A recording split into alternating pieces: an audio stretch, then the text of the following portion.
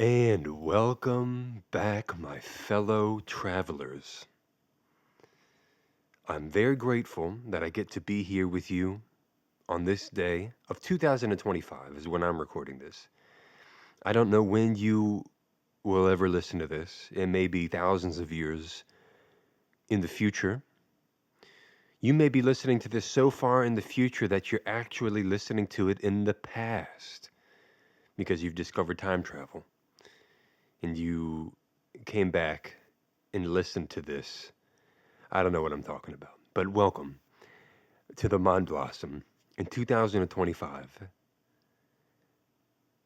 What are we going to do this year? What are we going to do now? Now that we've made it, right? We've made it. We've always made it. Anytime you wake up, every moment you've made it. But now we all collectively decide that January 1st, this is a new chapter. So what's new? We talk about what are we going to do? Like, are we going to eat right? Are we going to do dry January? Are we going to do, uh, are we going to go to the gym more? What are we going to do in our life that's extra, or what are we going to let go? That's really what I'm trying to get at. What are we going to let go? It's often more important to let go than it is to add on. For me, well, here's what I'm going to do. I don't know what everyone is going to do, but what I'm going to do is I'm going to make art more. I'm going to make more art. And I'm going to keep putting it into what feels like the void. For the past few years, I've been making, well, this is obvious, I've been making artwork, right? If you don't know, my name's Frank and I make art, all right, for the Mind Blossom. The Mind Blossom is an internet, it's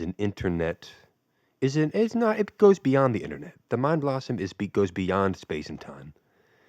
But that's my art handle. And when I post, sometimes it feels like I'm just dropping a little gem into the void. Into what void? Just the void of the internet. The black hole of the internet. The internet is like a black hole.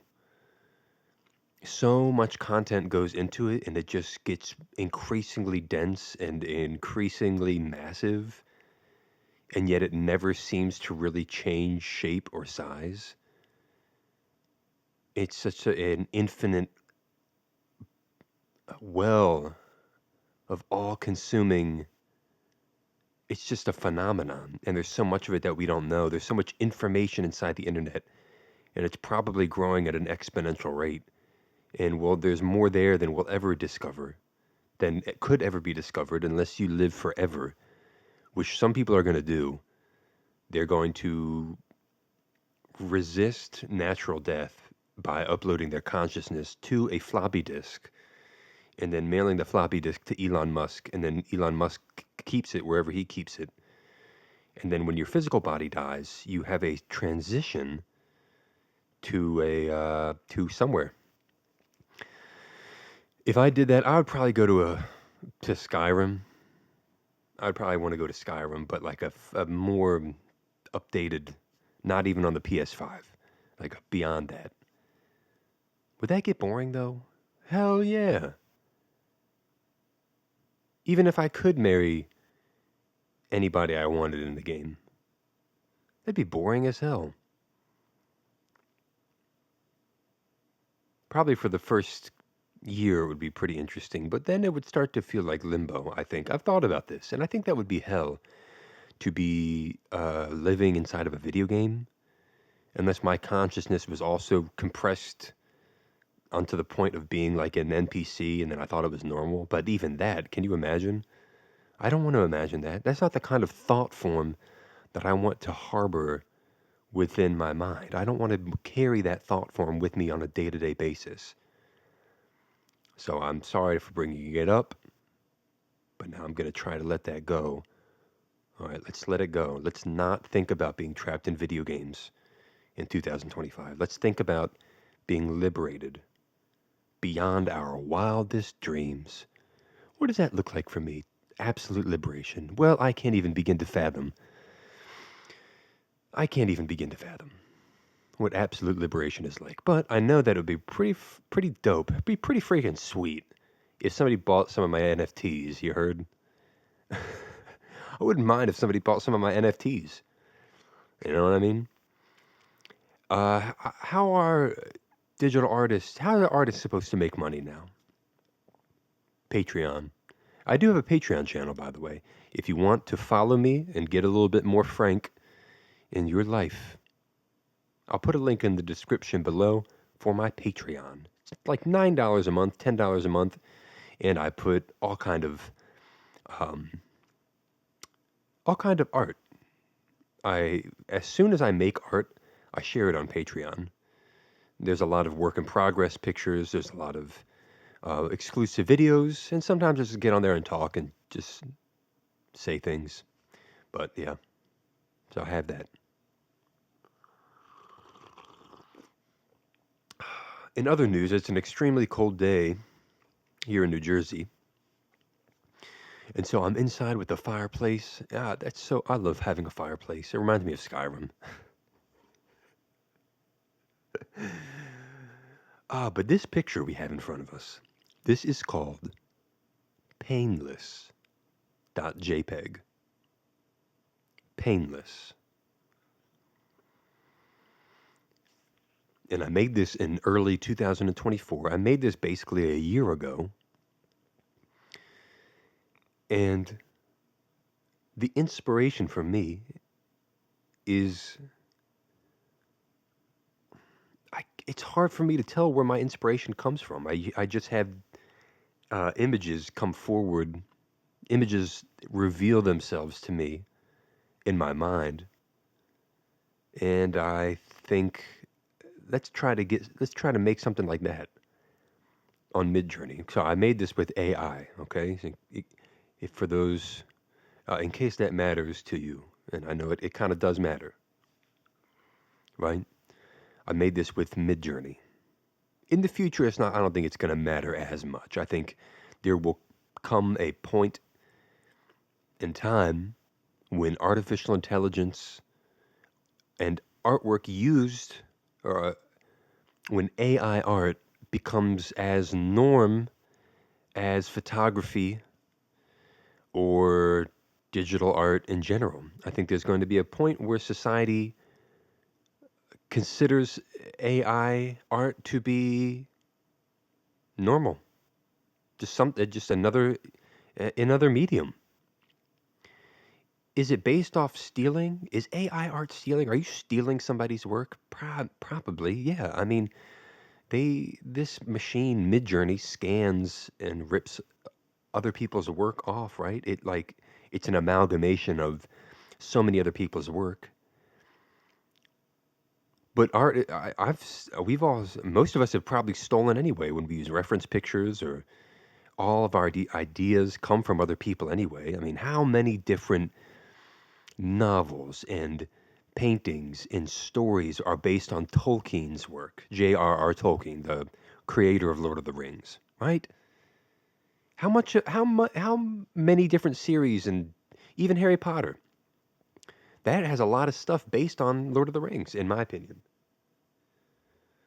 We're all stealing from each other anyway, and it's not like AI took one glance at one singular artist's work and decided, I'm going to make everything based on this guy. It's kind of an amalgamation. So is it cheating? Maybe a little bit. But we're in a world now where everything is going to be free pretty much. And there's going to be so much of everything. And information is going to be accelerated and unlimited. And art is everywhere that you kind of need to let go of whether or not it was stolen. We're past that. It doesn't even matter. People are going to get to the point where they don't care. And I am an artist. I identify as an artist. And so I take pride in making unique, novel things that are new. Artists, in my opinion, our job is to be in touch with the unknown to the point where we can translate some of that dark information. When I say dark information, I don't mean evil necessarily, but I mean information hidden within the shadows of the cosmos.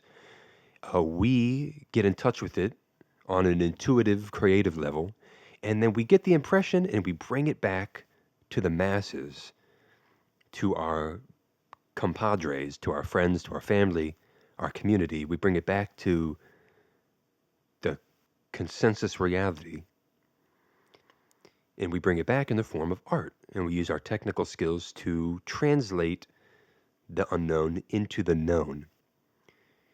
Now, just when I say known, I don't mean we have a fully comprehensive understanding of what this is. I don't think we really know what this is, but the feeling is there, the impression is there, and that's all that really matters, especially where we're going in the universe.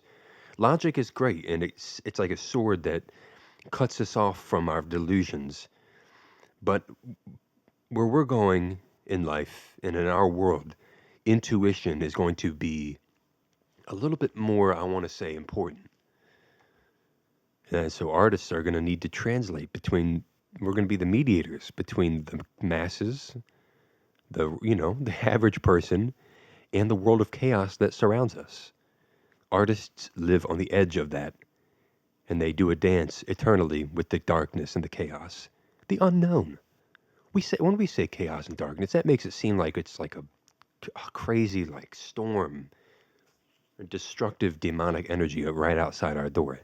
No, it doesn't have to be that way. It just has to be. It's just about getting in touch and expressing those things which are traditionally hard to express, or facing things that we don't want to face, or looking within and giving shape and form and color to the energies that we experience, but we don't often talk about.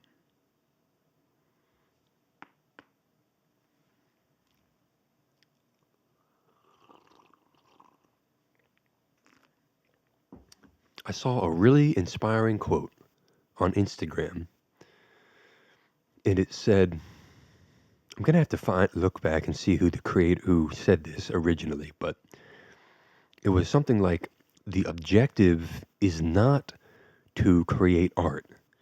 Rather, the objective is to be in a state where art becomes inevitable.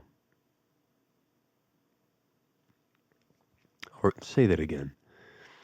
The objective is not to create art, but rather to be in a state where art is inevitable. Wow. Art is more who you are in this moment. It's not about forcing a new picture into existence or forcing a new melody into reality. It's about being aligned in such a way that you are inspired and everything you do naturally evokes art. You can't help but create art. It's inevitable. You're in a state of mind and a state of heart and a state of being where everything you do feels and looks and is artistic. It's creative. Being in a state of creativity, being able to create, that requires enthusiasm. Creativity requires enthusiasm.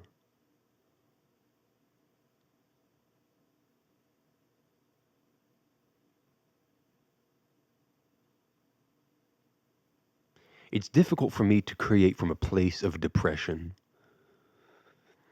Now, I will say this. Art is also a great way to transform pain and negativity into something beautiful.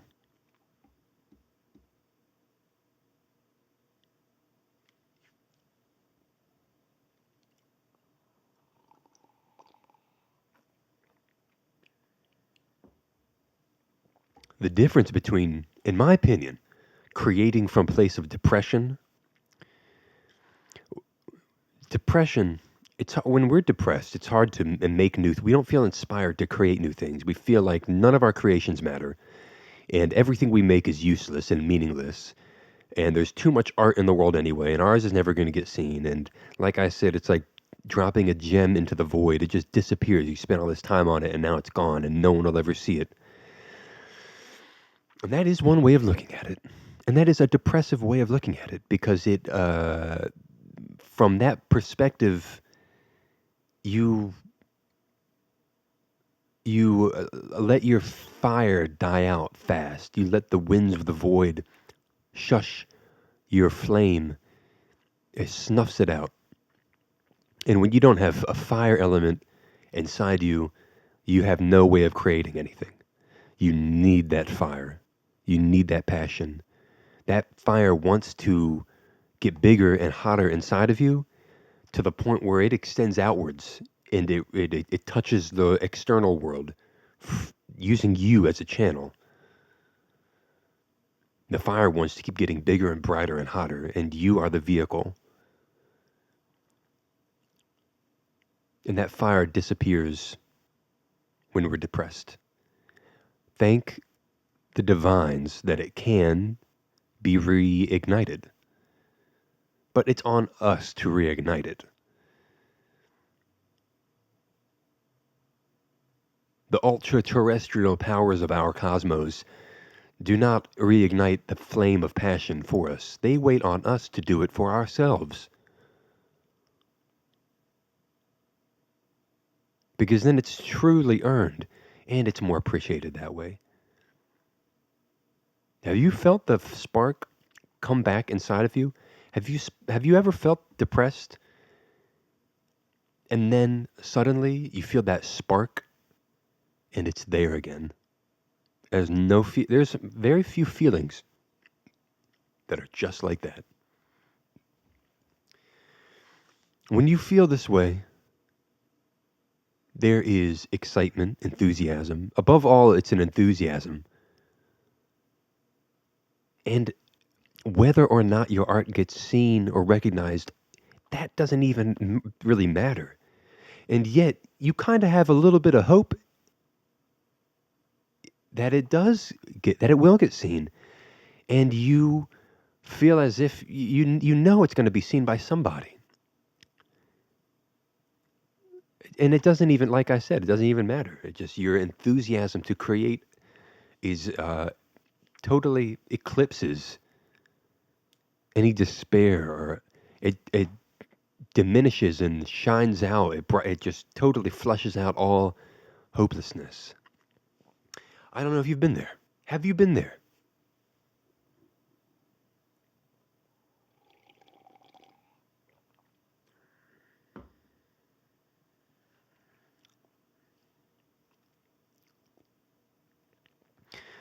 This year in 2025, January 4 is, I think, the day that I'm recording this right. It's 10:49 on January 5th.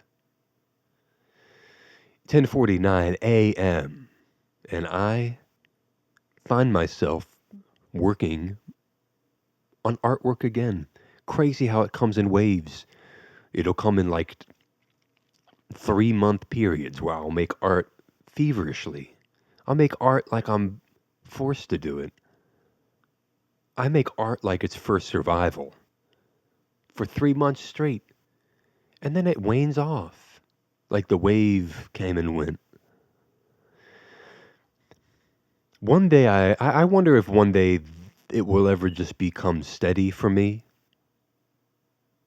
Maybe what I have to do is somehow let go of the narrative that my artwork comes. I get inspired every 3 months for about 3 months, and then I let it go. It's a narrative that I kind of am holding on to because it's something I've noticed recurring over the past several years. I've been becoming more aware of this happening.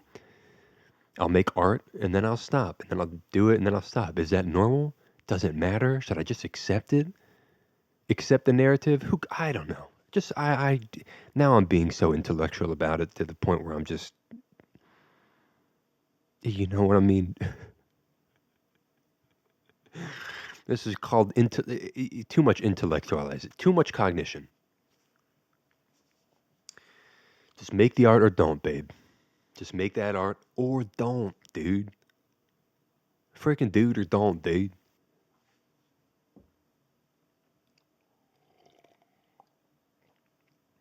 But when I'm hot, I'm hot.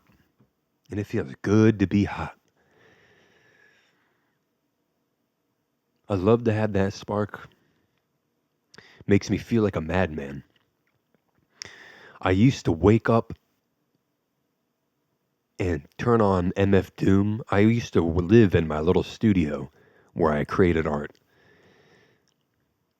Yeah, I lived in my studio and my studio was where I lived. And I would wake up in the morning and blast music on my TV. I had this little a big TV actually, with a little fire stick, and I would turn on music, make a full pot of coffee, blaze up, drink that coffee. I would have paintings all over I had paintings all over this little studio. And when I say little studio, I mean it. I'm not even being humble. It was a very small place. It was a one bedroom studio apartment in a carriage house. It was a little studio above a man's garage in Charlottesville, Virginia. I rented this room from a man. There was a man who lived in Virginia, and his garage was equipped to house an individual such as myself. And I paid him $800 a month to live there. And he said, "You can do whatever you want." And I said, "All right, Jeff, I'm going to go ahead and turn this into an art studio." I never actually said that to him, but I lived there for 3 years, and I inevitably turned this little nest of mine into an art studio. The art followed me, the spirit followed me, and I just turned no matter where I am, I turn it into a studio of sorts because I can't help it. And I had paintings all over the wall and all over every wall. I had, at different times, I would have contractor bags and I would cut them in half to make them larger, more broad, and I would nail them to the wall and tape them to the floor so that I didn't get paint on the landlord's carpet or walls or anything. Even though you work any studio, you're not gonna have a spotless studio. There ain't no such thing as a spotless studio unless it's for a photo shoot, and even then, it's phony. There's no such thing as a spotless studio. All right, but I would wake up, turn on music, and a lot of the times it was MF Doom first thing in the morning. He got me into that creative mindset. I took a lot of inspiration from MF Doom, Smino, uh, Eric Andre. I gotta say, one of my most inspirational artists. A different kind of art, to be sure, but heavily inspired by Eric Andre.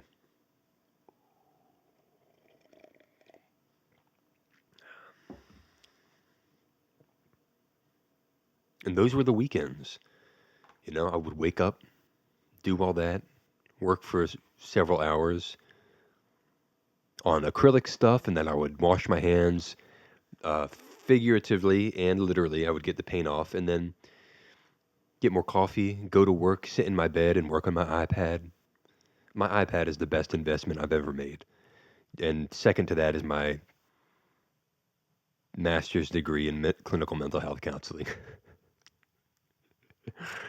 I mean, I don't use that thing as much as I do my iPad. I got to be honest. And to date, I've made more money with my iPad than I have my degree. Will that change in 2025? Oh, Lord, I hope so. I'm going to be a counselor this year. I think it's what I'm meant to do in some way. I feel my higher self calling me to position myself where I can give my give my personal skills and my psychic abilities to help people. All good counselors have psychic abilities. All empathetic people are psychic in some way.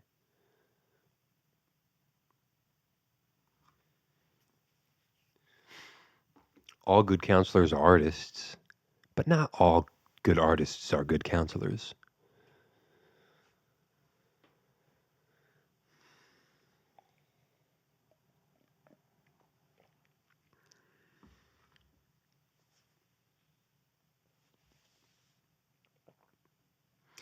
Why are all good counselors artists?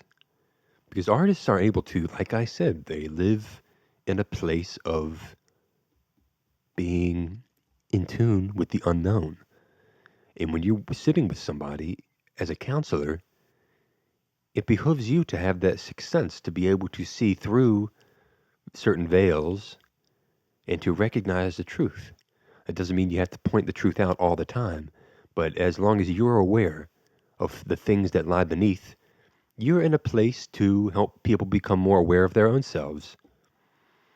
And artists, if you are doing a lot of, if you're an artist and you're exploring the unknown, you're exploring the unknown as it relates to the collective, but also yourself. Everything that you create is a reflection of you, and it's also a reflection of your world.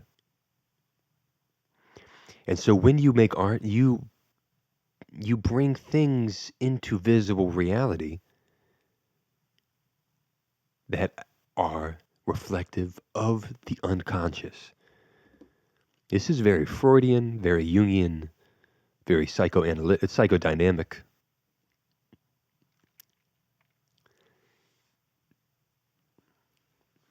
But I'm not a Freudian. I'm not a Jungian either. And I don't do psychoanalysis. I don't do psychodynamic work. Do I still place value on the subconscious mind? Of course. There are processes which undulate beneath our level of awareness, and they make waves and ripples. Those waves and ripples move forward and through our consensus reality. And we call them miracles or we call them fate. But when we inspect and investigate their origin, we discover that there are complexes. We call them complexes. I don't know if that's a great word. It feels a little archaic. It feels a little too Freudian. But we're going to use it because it's convenient.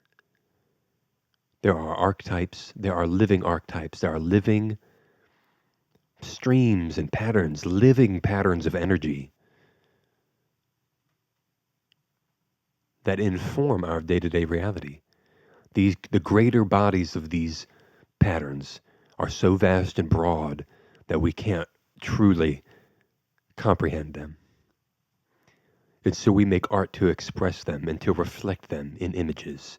And these images are not totally, they do not totally encapsulate the full definition of the archetypes, but rather they just give us a hint, an illustration of what lurks in the vast beyond.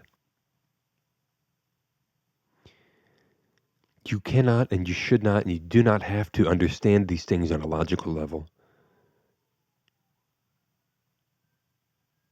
Abandon your attempts at quantifying and encapsulating the unknown, for it is fruitless. And it is inevitable that in your pursuit to understand the unknown, you return to your intuition. Intuition alone is flexible enough to swim in the raging seas of chaos and make it out alive, or rather in one piece. Rigidity will be your doom. And yet you still have to have some kind of an ego in this world. And so I call myself an artist and I call myself a counselor.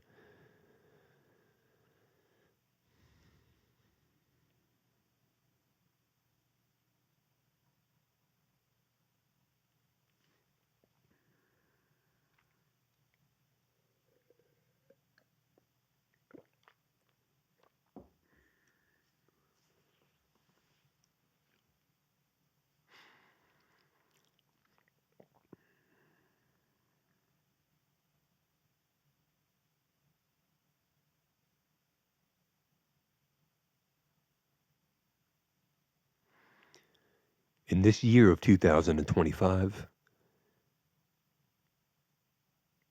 I find myself creating more of this kind of cybernetic, cyborg, beautiful and yet scary imagery. It actually started around December 28th, but we're not going to nitpick. Lately, I've been back on my art thing,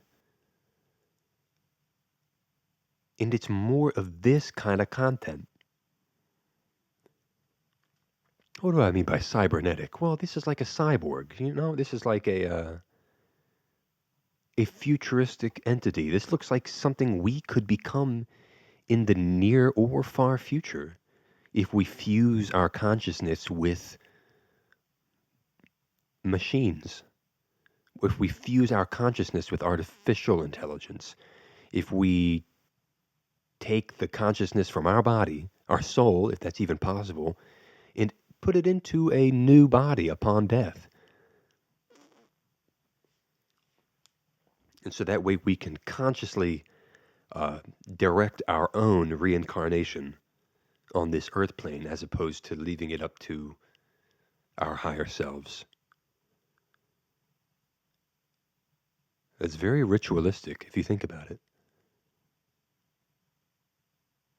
Transplanting your soul from one body to the next. But anyway, I'm apparently really into these kind of artworks. The collection that I worked on all of 2024 was called Fear of Beauty. Beauty can be so intense that you shut down in its presence. You black out because it is of such impossible magnitude that you can't handle it. Our mind goes blank in the face of absolute beauty. And so I attempt to simply get a reflection of that phenomenon. Are people going to drop dead looking at my pictures? I don't know. That'd be pretty flattering, but no, they're not. But still, I attempt to mix and mingle and bring together that which is terrifying and that which is beautiful. And so these pictures are cold in tone, literally. Like this is a cool tone picture. It's very silvery and black and gray, but also in personality too. They're distant. They're cold, like a star. Oh, but a star is hot. Yeah, I know, but you only see them in the night when it's cool and they're so far away to the point where they're not even really in the same dimension as us. They're impossibly far away. And so we say that they're cold and distant.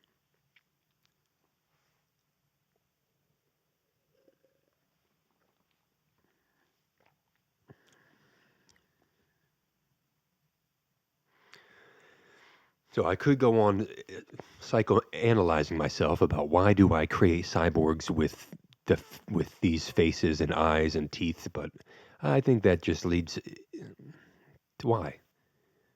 Psychoanalysis for what? Can I produce some interesting results? Maybe, yes. And do I have some deep shadow work that I need to do and some unresolved traumas? And could this be connected to that? Probably.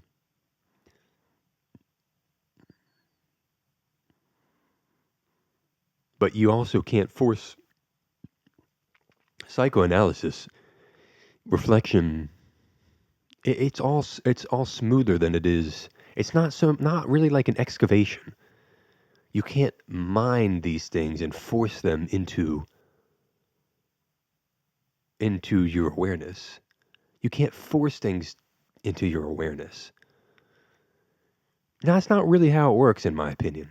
Self discovery, shadow work, therapy in general, becoming more aware of who you are, you can't force that really. When you force it, you end up getting there's an equal and opposite reaction, right? So the universe, the unknown, It will make you its bitch. My therapist told me that one time when I was going to counseling a while ago. And he's right, because when I was doing shadow work, I was just interested in becoming just who the hell am I? Like, what? Who the hell is Frank at standing 6 feet tall at 150 pounds, 27 years old? I am no longer that man. I'm roughly the same weight, but I actually have gained a little bit of muscle since going to the gym, and I've done some therapy, so I have changed a lot. But I'm just saying, that was me when I went to therapy. And I realized that the unconscious mind, which is to say, you, the part of you that you're not really, you don't know who it is, the part of you that you're not familiar with, you'll make yourself your own bitch. You'll screw yourself over. You'll self defeat yourself. You'll go self destructive. You can't really mine. You can't excavate the answers. You need to allow them to come forward. Exfoliate the barriers between yourself and the unknown such that secrets can emerge naturally. They want to come forward and be revealed. They want to feel the light of conscious awareness.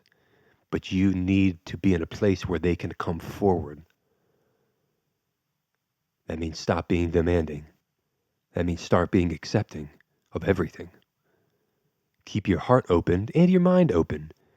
Accept the fact that certain truths will not be able to be accessed by logic alone. You will need to bend and distort sometimes your psychic sensor to accommodate and assimilate some of this new information you receive about yourself. That's why art is so damn good. That's why art is the ultimate activity, because it allows for a certain degree of meaninglessness.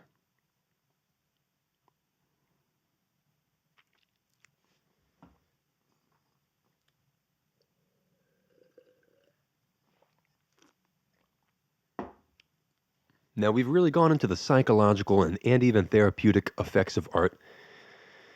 Are we ever going to talk about the technique? Like, making art is cool and it's like expressive and all that, but if it looks like shit every time that you make art, for me, it would get discouraging, and I know it discourages a lot of people. I used to teach painting classes, and people would always say, "I can't paint. I'm not good at painting." All right, I'll be honest with you. Nobody expects you to be good at painting. You're coming in here to learn how to paint, and I wasn't even a real teacher. Like, I was a paint and sip instructor. I was teaching people. It was an entertainment thing where we all painted a little canvas while you get drinks at the bar. Like, trust me. No one expects you to walk out of here with a masterpiece. I already know. I'm willing to bet that you're going to leave with a pretty ugly painting. I've seen it before. You're not. It's not the point to make a great, brilliant masterpiece. You're here to have fun and to express yourself and to do something that you don't normally do, which is paint. And the reason why people don't normally do it is because it's unfamiliar to them, and there's just never. And it surprises me because it's so familiar to me that I forget that people can't really do this. Thank God, because that makes me feel more unique. It makes me feel more special. Uh, but anyway, are we ever going to talk about technique and how to actually get better at art? Because it feels good to express ourselves, but it feels even better to express ourselves with grace and mastery. To handle a medium like a boss, which is to say, make something actually looks pretty good, or to make music, or to dance well, to do something that actually has power behind it and relatability to the point where other people are like, that is cool, and I can get behind that. So let's do some. Let's talk about some freaking technique here, dude. All right. If you are new to this channel, I'm going to. This will be great. And if you're not new, well, you might hear some stuff that you've heard before, but it never hurts to get it again. With digital alchemy, with this process that I'm working on now, digital alchemy is experimental, meaning that we don't really start with a main goal in mind. It can be helpful to have an idea of where you're going, but you don't have to. You don't have to have a fully sketched out idea. Like I didn't know I was really going to be making this. I knew the themes that I wanted. I wanted some kind of scary cyborg with really striking eyes, and like just see where I can go from there. I was starting with an emotion, like this cold-hearted cyborg figure who feels no pain and just has so much anger and excitement to express. It's just that's kind of what I started with. I use that emotion, and then I start to generate my images. Yeah, I'm using AI. So if you don't want to use AI, you can use photographs, or you can use your own sketches, or you can do whatever you want. But like I said, I'm using AI to generate the source images. A source image is the thing that Midjourney spits out for me to use. In this kind of work, you want at least three source images. Using one source image from Midjourney is cheating because it's not really art. Using two is okay, but it's still not original enough. But once you can fit three different AI images together, something about the number three, it's like you've kind of got some motion now. You're diverse enough where it's not just it's got some kind of variety to it. You have the option to add more depth, and it's now becoming a more novel and original picture. However, I always say the ideal number, the more the better.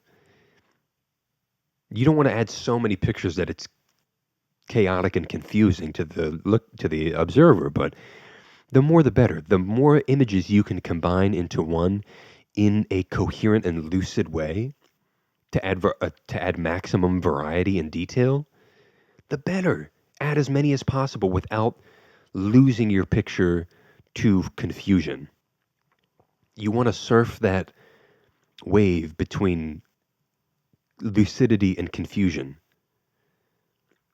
That way, you're bringing in the most amount of the unknown in an intelligible, sensible, artistic way without having it be self indulgent, abstract shit. And when you surf this wave, when you surf that wave, you can crash and you can easily turn your picture into something that nobody can relate to. And it's just like, what did you even make? And you're like, don't you see it? Don't you see how brilliant this is? No, dude, nobody sees it but you. And that happens.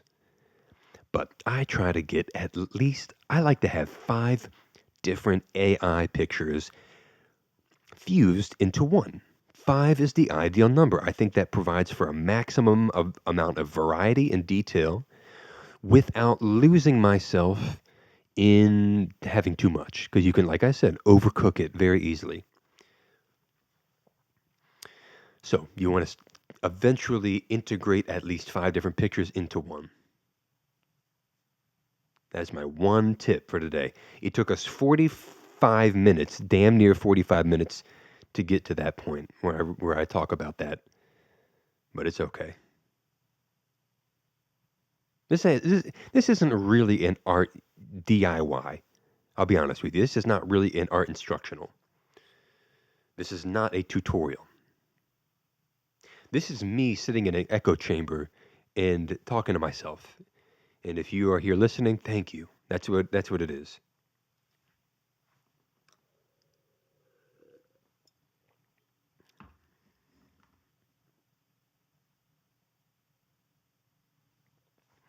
Another tip for you. In this picture, we can see how the skull, the face, has a lot more contrast than everywhere else, right? The cyborg's chest, the breast has a little bit more contrast too. And so do the traps and the shoulders and like some of that metallic filigree or lattice work that comprises this being's carapace, right? But for the most part, it's really just the face and the skull and really the eyes and the mouth, just that whole central. There's a lot of detail and contrast going on there.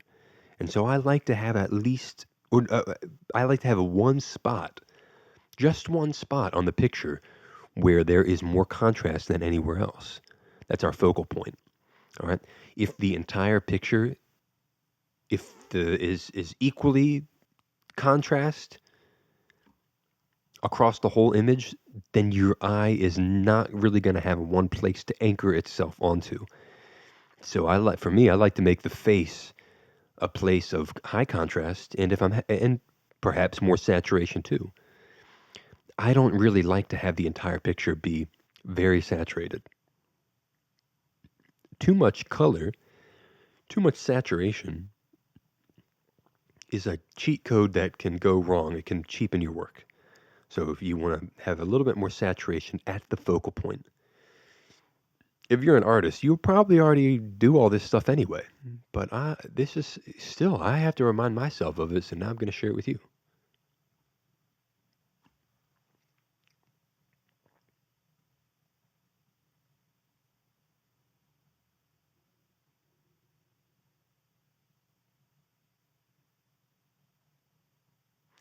This picture relies heavily on symmetry, which is to say the left and the right look the same, pretty much.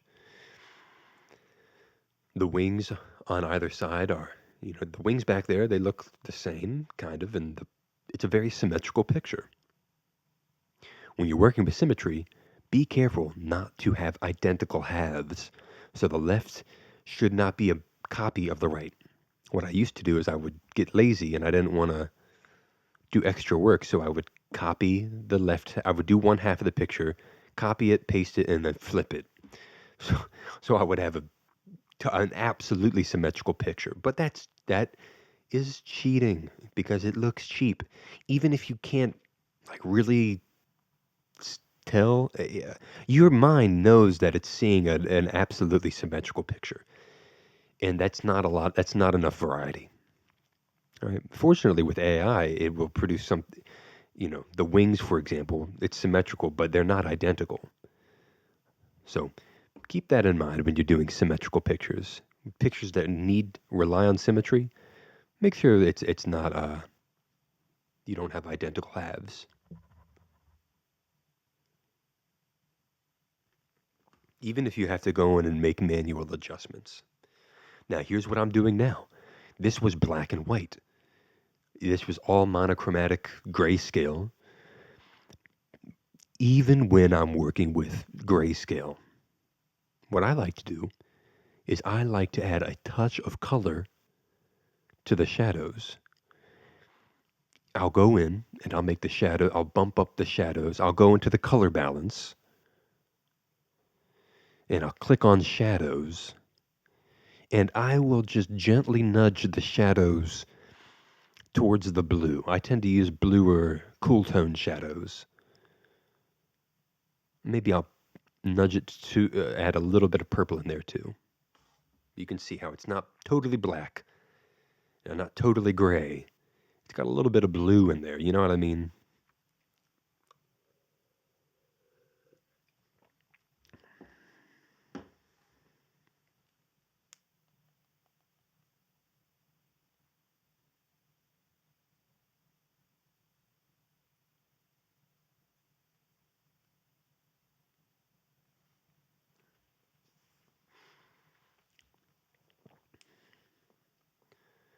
Now, what I'm doing with this picture, with this instance right here, I'm using I think it's called curves. This is the curves tool. You can adjust the highlights, you can adjust the mid-tones, you can adjust the lower values, which are the black, the dark tones. So you put them into a different balance. That's all experimentation too. I usually try to avoid areas that are very, very, very striking white because that's like too much. And also extreme darks. I don't usually like to have extreme values. Like having black and white is fine, but it doesn't have to be absolute black and it doesn't have to be absolute white in order to look good. You can have them toned down a little bit. It's easier on the eyes. It's easier to look at for a longer period of time when your whites are not striking white and your blacks are not absolute blacks. Are there exceptions? Absolutely. But for the most part, this is what this, I try to have it be less extreme. Now I'm adding some glitch detail at the bottom, some static detail, as if this entity is manifesting in a field of electromagnetic energy. It's appearing in the midst of static. It's coming to life in the current of the metaverse. It's a false astral plane created by artificial intelligence to trap the souls of mankind. And everywhere within this realm, there is a gritty, nearly imperceptible static field from which entities can manifest. And you can even produce things using your thoughts alone. So I like to add a little bit of story to each piece of the painting is more powerful if it adds to the narrative. Now that's very vague. How do you get something to add to the narrative? Well, first of all, it doesn't have to be. You don't have to have a perfectly sculpted storyline for each painting, right? But use your imagination. So when I made that static down there at the bottom, emanating from the bottom of the canvas, giving birth seemingly to the rest of the. It's like this cyborg came out of the static. I'm using my imagination. Oh, how do you use your imagination? Well, nobody can tell you that. You either got it or you don't, right? So you just need to practice. Our using our imagination takes more practice than anything else. Opening your third eye and allowing things to come through.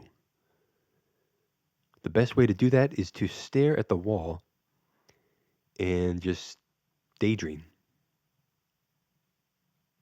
Just allow a story to come through in your mind and follow it until it dissolves into chaos and meaninglessness. All daydreams change.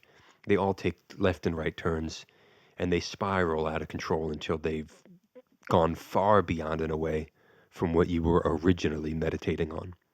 And that's okay. You don't need to get lost in these things. And matter of fact, I would recommend having an anchor to hold to kind of bring yourself back to, so that you don't get brain fog. Allowing your mind to wander with no leash in the astral plane can leave you a little bit dizzy, right? And it can leave you feeling a little bit overwhelmed, overstimulated, and like there's too many possibilities out there for me to ever grab to use any single one of them because I'm overwhelmed with options. So don't have to really let your mind wander. Bring yourself back to center by focusing on your breathing. Bring yourself back into your body. It's okay to have confines. Limitations are useful. All right? So, with that being said, I hope this was helpful in some way. The recording is over. That's the picture, y'all. Thank you so much for being here with me on this journey. And until next time, everybody, peace, peace, peace.